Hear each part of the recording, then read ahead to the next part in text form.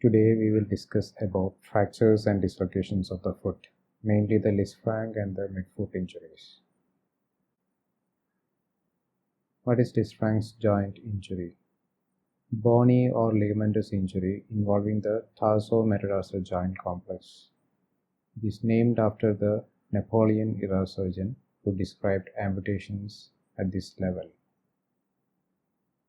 Lisfranc's joint is an articulation between the three cuneiforms and the cuboid and the base of the five metatarsals. Osseous stability is provided by the Roman arch of the metatarsals and the recessed keystone of the second metatarsal base. Lisfranc's ligament is a large oblique ligament that extends from the plantar aspect of the medial cuneiform to the base of the second metatarsal.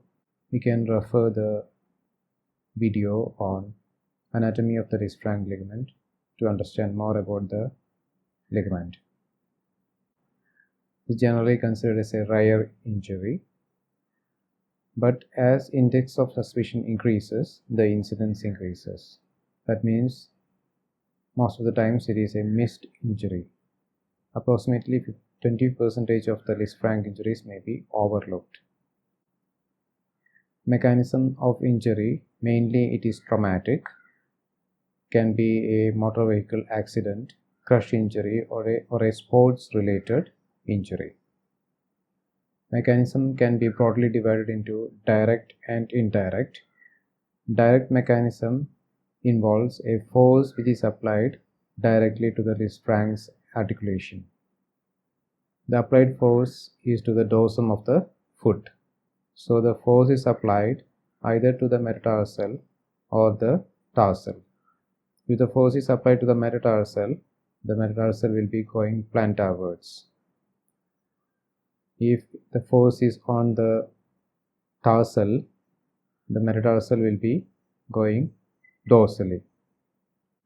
Plantar displacement is more common, but dorsal displacement can occur. So this type of injury is more commonly seen in direct Lisfranc injury. Indirect injury is the most common type of Lisfranc injury. It can be either axial loading or twisting. Metatarsal base dislocate dorsally more often than plantarwards. So in a direct injury, the metatarsal base will be directed plantarwards, but in an indirect injury, it will be directed dorsally. Twisting injuries lead to forceful abduction of the forefoot, often resulting in the second metatarsal base fracture or compression fracture of the cuboid. So you can see a second metatarsal fracture here and the cuboid is crushed. So this suggests a twisting injury of the foot.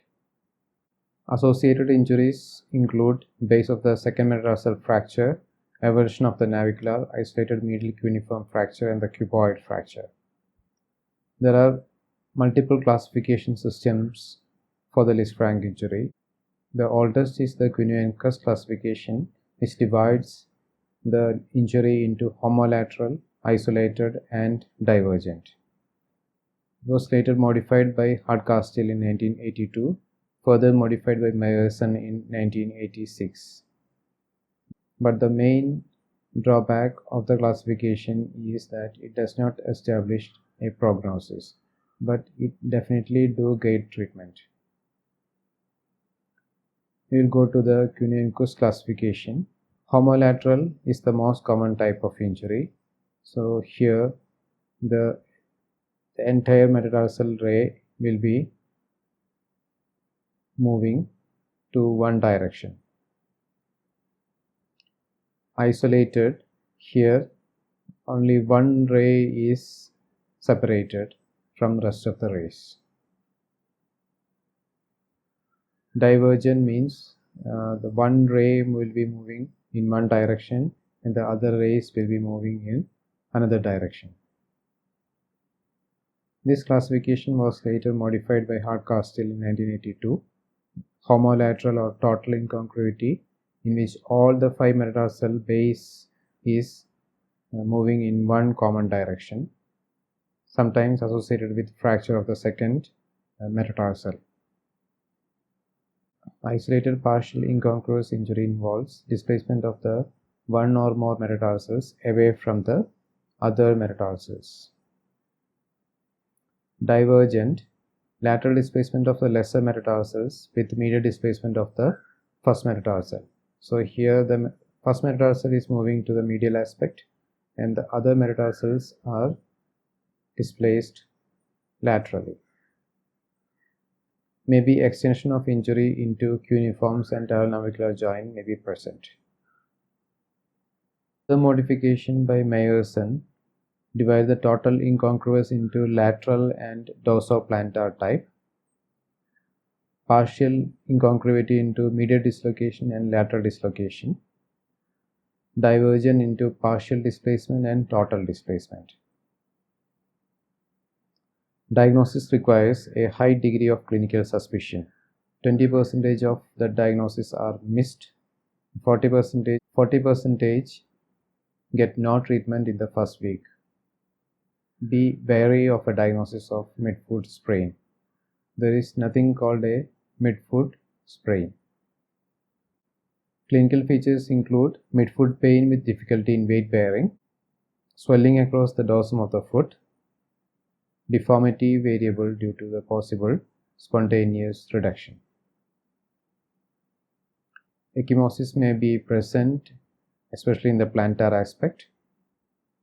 Local tenderness at the tarsometatarsal joint. Gentle stressing will reveal instability. Always check for the neurovascular status and assess for the compartment syndrome. Radiological evaluation include AP lateral 30-degree oblique X-ray. AP view, we have to look for the medial margin of the second metatarsal base. Here we have to look for the medial margin of the second metatarsal, and the base of the medial margin of the second metatarsal should be in line with the medial margin of the medial cuneiform. In the oblique view, the medial border of the fourth metatarsal should be in line with the medial margin of the cuboid. We have to always take a lateral view and see whether there is any dorsal displacement of the metatarsal. Standing views provide stress and may demonstrate subtle diastasis. Comparison views are very helpful. Associated fractures, we have to always look for associated fractures that include base of the second metatarsal, avulsion of the navicular, isolated medial cuneiform fractures, and the cuboid fracture. The radiological evaluation may also include fluoroscopy, CT scan, or even bone scan for persistent pain with no radiographic finding. If doubtful, repeat X-rays and keep looking. The basic principle of treatment include early recognition. It is the key to preventing long-term disability. Anatomic reduction is necessary for best results. Displacement of more than 1 mm or gross instability of tarsometatarsal, intercuneiform or navicular-cuneiform joints is unacceptable. Goal is to obtain or maintain anatomic reduction. Non-operative treatment is reserved only for a few cases of non-displaced injuries with normal weight bearing or stress X-rays. Such cases can be managed by short leg cast with 4 to 6 weeks non-weight bearing. Repeat X-ray to rule out displacement is necessary. Total treatment may last for 2 to 3 months. Rest of the patients require operative treatment. Surgical emergencies include open fracture, vascular compromise, and compartment syndrome. Surgical technique involves making 1 to 3 dorsal incisions. First incision centered at the tarsometatarsal joint and along the axis of the second ray, lateral to the EHL tendon. Identify and protect the neurovascular bundle. Reduce and stabilize the second tarsometatarsal joint. Reduce and provisionally stabilize the first tarsometatarsal joint. If lateral tarsometatarsal joints remain displaced, use second or third incisions. If reductions are anatomic, proceed with stable fixation of the first and second ray. Screw fixation is preferable for the medial column. Pocket hauling to prevent the dorsal cortex fracture may be needed. Screws are positional and not lag. To aid reduction, or if still unstable, use a screw for medial cuneiform to base of the second metatarsal. If intercuneiform instability is suspected or it exists, use an intercuneiform screw. Lateral tarsometatarsal frequently reduced with the medial column and pin fixation for mobility is acceptable.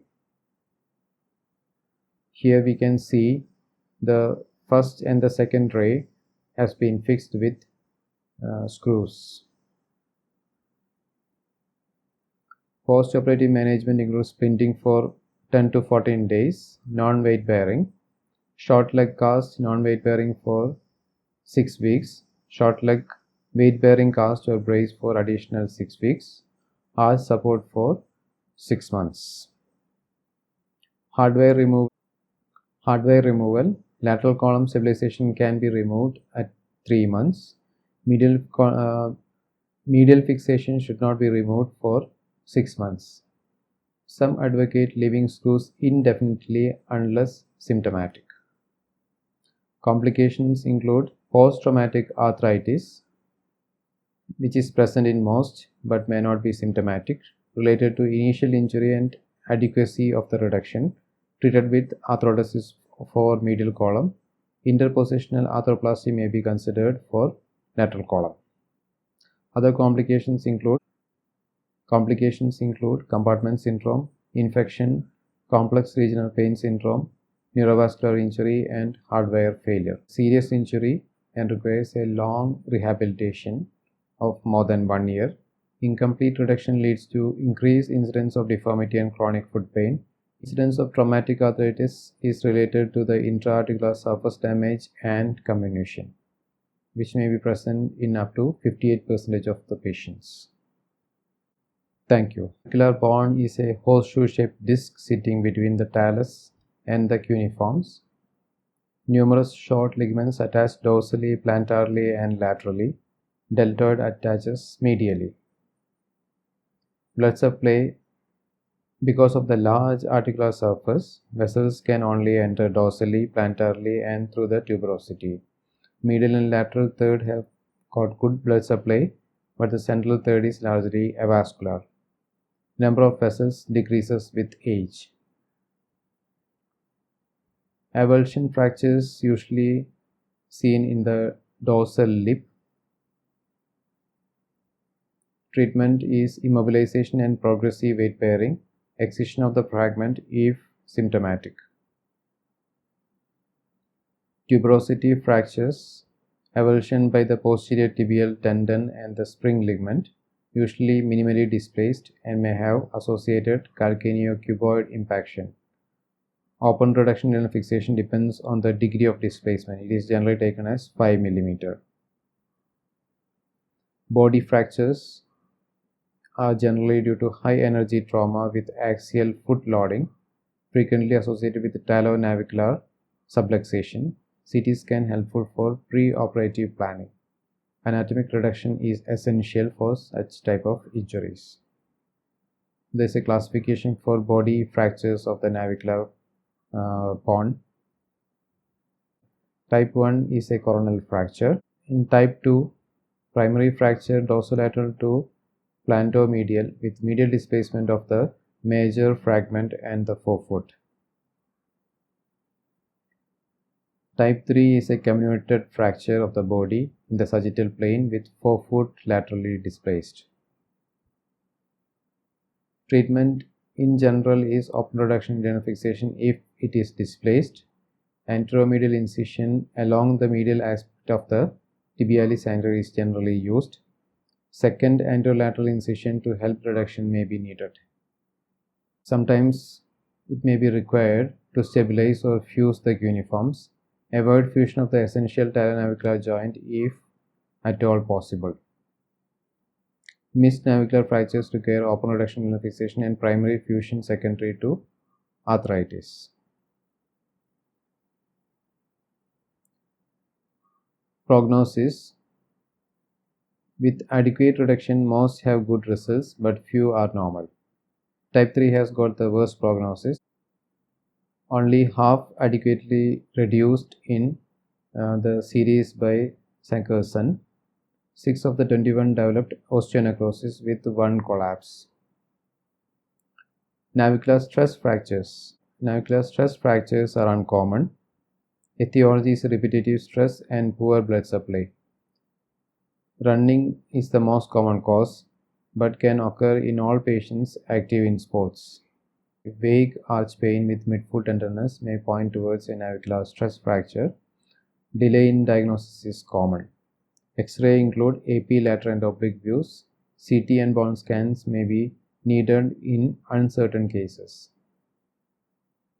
Treatment is for incomplete fractures, non-weight bearing cast until the fracture is healed. Complete fractures or non-union, open reduction and fixation with screw perpendicular to the fracture plane with or without bone grafting is indicated. Complications include non-union or persistent pain. Coming to the cuboid fractures, isolated fractures of the cuboid are rare, most often associated with other fractures and or dislocations. 2 types of fractures are commonly seen. Avulsion fractures, which is the most common one, and the second is the compression fracture. Mechanism of injury is a nutcracker axial loading with plantar flexion and forefoot abduction. It is otherwise called nutcracker fracture. So, nutcracker fracture occurs in the cuboid. Treatment for isolated and non-displaced fracture is immobilization for 6 to 8 weeks. For displaced fracture, open reduction and fixation. Often requires bone grafting and a small plate. Can use small external fixator for distraction. Indications of surgery for cuboid fractures include 2 or more millimeters displacement of articular surface, cuboid which subluxates with weight bearing or stress X-rays, loss of bony length. Cuneiform fractures. Isolated fractures of the cuneiform are rare. Displacement of these fractures is unusual. Healing with few complications is likely. Mechanism of injury can be either direct, which is the most common mechanism, or indirect, associated with Lisfranc injury mechanism. Cuneiform instability may occur in any direction, including axial shortening.